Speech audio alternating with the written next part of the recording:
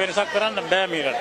වෙනසක් කරන්න නම් ජනතාව විසින් ජනතාව හැදෙන්න. නැතුව කවදාකවත් මේ රට කවුරු ගියත් හදන්න බෑ. නීතිය නම් නීතිය ක්‍රියාත්මක වෙන්න. දැන් අපේ ගමේ මිනිහ පොල් ගෙඩියක් අල්ලපුවත්ෙන් ඇහෙන්න නම් ඒ මිනිහ තවත් 14ක් කිරේ දාන. නඩු දාන. දැන් පාර්ලිමේන්තුවේ ඉන්න 205න් එක්කෙනෙක් අද හිරේට ගියොතින් වීරය වගේ නගිනව බස් එකේ. ඊට පස්සෙන් ද ස්පිරිතාලේ. රටේ ඉන්න අධිකරණ වෛද්‍ය නිලධාරිය වාර්තාවක් දෙනවා මේ ආකාර ලෙඩක් තියෙනවා. ඕකනේ වෙන්නේ මාත්. ඉතින් කොහොමද රට හැදෙන්නේ? හොරුකම් කරනවා කියලා පාර්ලිමේන්තුව 225 විතරලු.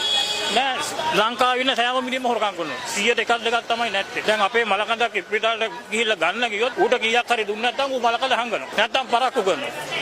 රාජ්‍ය ආයතනින් වැඩ කරන්න ගියන් පස්සේ ඌට කීයක් හරි දුන්නේ නැත්නම් ඌ පරක්කු කරනවා. මොකද අපිට අසරණයි. අපේ වෙලාව යන හන්දා මමත් දීලා තියෙනවා. නමුත් මමත් පෙරදිකාරයෙක්. නමුත් ඒ වැරද්ද මම නොකරොත් මට ජීවත් වෙන්න බැරි වෙනවා. නීතිය කහිරේ ගියේ නැත්නම් ඒ මිනිහට එතනම දඬුවම දෙන්න ඕනේ. වෙන කිසිම ක්‍රමයක් නැහැ මේ රටේ හදා. දැන් අපි ළමයෙක් ඉස්කෝලේ දාන්න ගියන් පස්සේ ඉල්ලන්නේ නැත්තේ මරණ සාධකයේ විතරයි. දැන් මුළු ලංකාවෙන් පිළිගත්ත මගේ ඩෙන්ටිය ඉස්කෝලේට පිළිගන්න බෑ. සාමදාන විචාරකවරයෙක් ගස්සම් කරන්න. රස්තිය පිටර අරකට ගිහිල්ලා ඔය යන මිනිස්සු ගිහිල්ලා දිනේ සෞදියේ ගත්තයින් පස්සේ ඒ ළමයා ඉස්කෝලේ දාන්න යන්නේ එක කෝල් එකයි. කිසිම දෙයක් නෑ ඊට පස්සේ ඉස්කෝලේ. අපේ ඩෙන්ටිය ඕන වතුර බිල ඕන ලයිට් බිල ඕන. හැබැයි අමතුතුමා කියනවා සල්ලි දෙන්න එපා ඉස්කෝලේ. ජනාධිපති කියනවා සල්ලි දෙන්න එපා. නමුත් ඉස්කෝලේට ගියන් පස්සේ මැඩම් සල්ලි ඉල්ලනවා. ඕකනේ වෙන්නේ මාතෘරට තනි කර බොරු ප්‍රෝඩාවක් මේ රටේ යන්නේ. ඕක ගොඩනගා ගන්න නම් මිනිහා විසින්ම මිනිහා දෙන්න. නැත්තම් කවදාකවත් මේ රට කොට ගන්න. මේ රටේ දැන් ඔය අස්වැසුම කියලා එකක් දෙනවා. සමෘද්ධිය කියලා එකක් දෙනවා.